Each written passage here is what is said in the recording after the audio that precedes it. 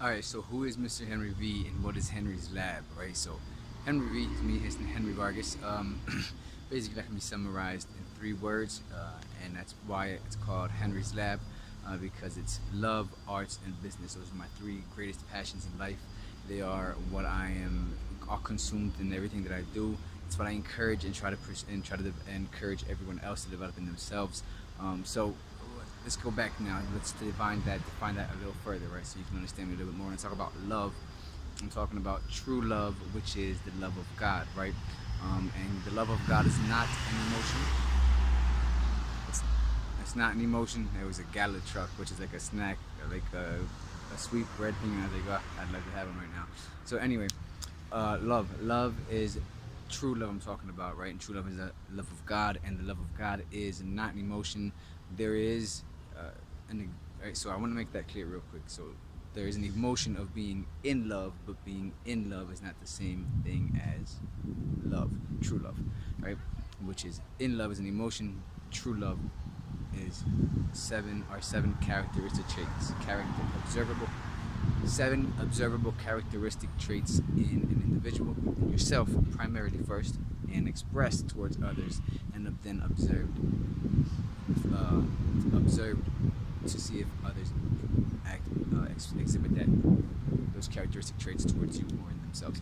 So love is that. So real quick, I'm gonna just run through them real quick. I've got some content already on it, but I'll go into it further another time. But so what is true love, right? What is the love of God? The love of God is the following characteristic traits developed in yourself and on the three planes of existence, because you and me as a human being exist on three planes of existence: the spirit, the soul, and the natural. We can dive further into that another day. But those are the three planes of existence, right? So now, I lost my train of thought. So that's love, right? The love. So those seven characteristic traits you got to develop on all three of those planes. Plane. The three planes of existence. How perfectly timed. Thank you, Father. So each of these following characteristic traits need to be developed on all three of these planes. Number one, self-control, right? And self-control has it's twofold. It's self-control and discipline. So discipline means doing what needs to be done to progress, right? To grow, to become a better you and increase. When it needs to be done, even if you don't want to do it, even if you don't feel like it. So again, discipline is doing what needs to be done when it has to be done, regardless of how you feel it, regardless of how you feel. Okay, emphasis on the feel, because again, true love, as I already said, is not an emotion, but true love is not for the immature, self-centered, or egotistical, because it is the opposite. It implies death of ego, death of self. So just as a FYI. Okay, so that's discipline, right? And so the other side of that also is self-control. And what self-control means,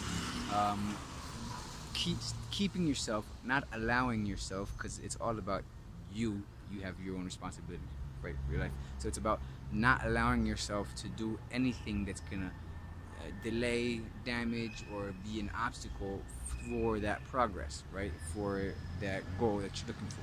So that's the first characteristic traits, right? So in a relationships, and I'll give it some context. I like to use particularly romantic relationships because it's easier to understand. So let's say self-control, discipline means you do things for the other person, right?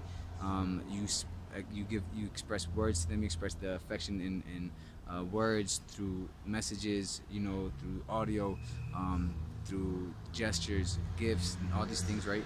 But you also have self-control, where if you are in a disagreement, you don't blow up, right? You control.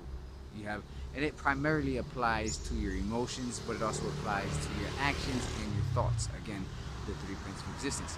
So you want to make sure that you have disciplined thoughts, actions, behaviors, and words, and you want to have control, self-control over your emotions, actions, and thoughts as well. So that's the first evidence. The second evidence is being useful. Right now, this is huge. Okay, because for me, if you really say that you love someone, then you are useful in their life. Now, oh, by the way, this camera is looking like this because I just set it up on the fence here that I found. while I thought like we're getting this, just wanted to get started, like Gary says, right? So I got started. Here we go. So see now I lost my train of thought. So unconditional, useful.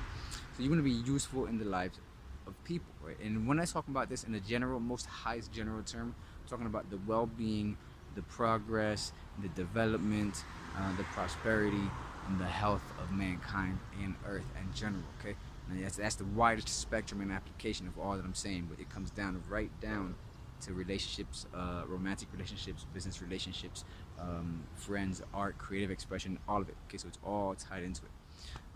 Parenting, etc. So you want to be useful in the lives of people, right? You have to be useful.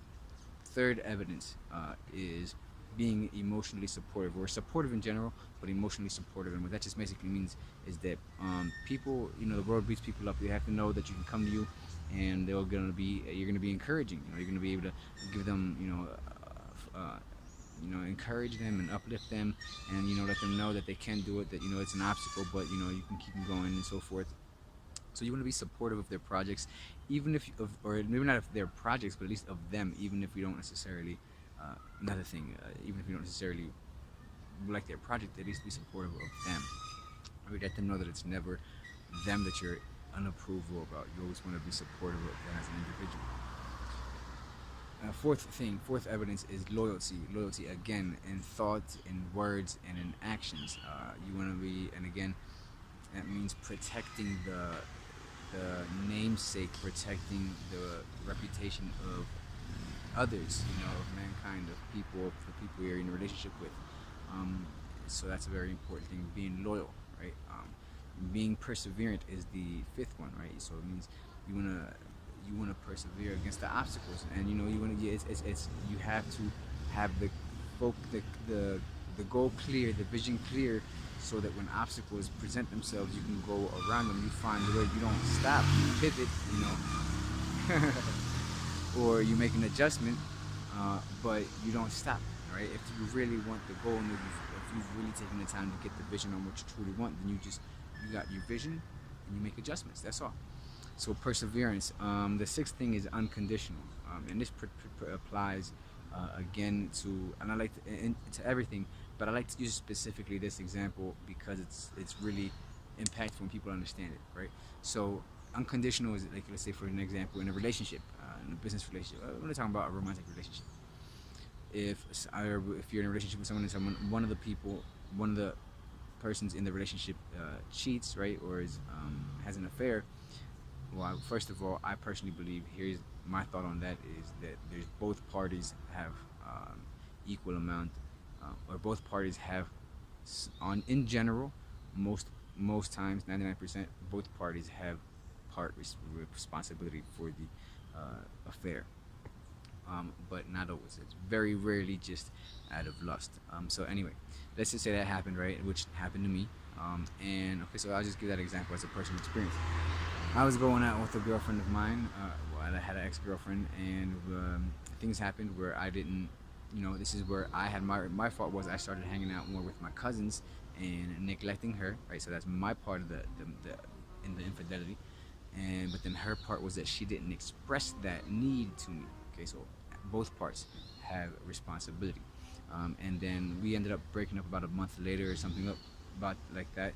And after we broke up, I went back to her about a month later just to say, I really loved the girl, and I was really willing to go and continue forth with the relationship. She let me know, what, and I had an affair, and I was like, obviously I wasn't happy, and I had to take a moment, obviously, to breathe, to have that self-control, right, which is so important. But then I was like, I really care for you, and I really love you, and I would like to continue if you want to. But unfortunately, she did not want to.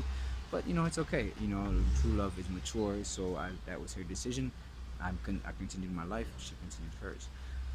So unconditional, right? Again, you always got to be there for supportive of someone. Now, if they're consistently betraying you, that's something else. That's not love, right? So, yeah. So we'll get to that on another chapter, on another video. But so the last thing is transparency, right? I have nothing to hide. If I'm not doing anything ill, I should not have anything to hide. However, that's different from privacy. Okay. So there's transparency is more about communication, right? And letting people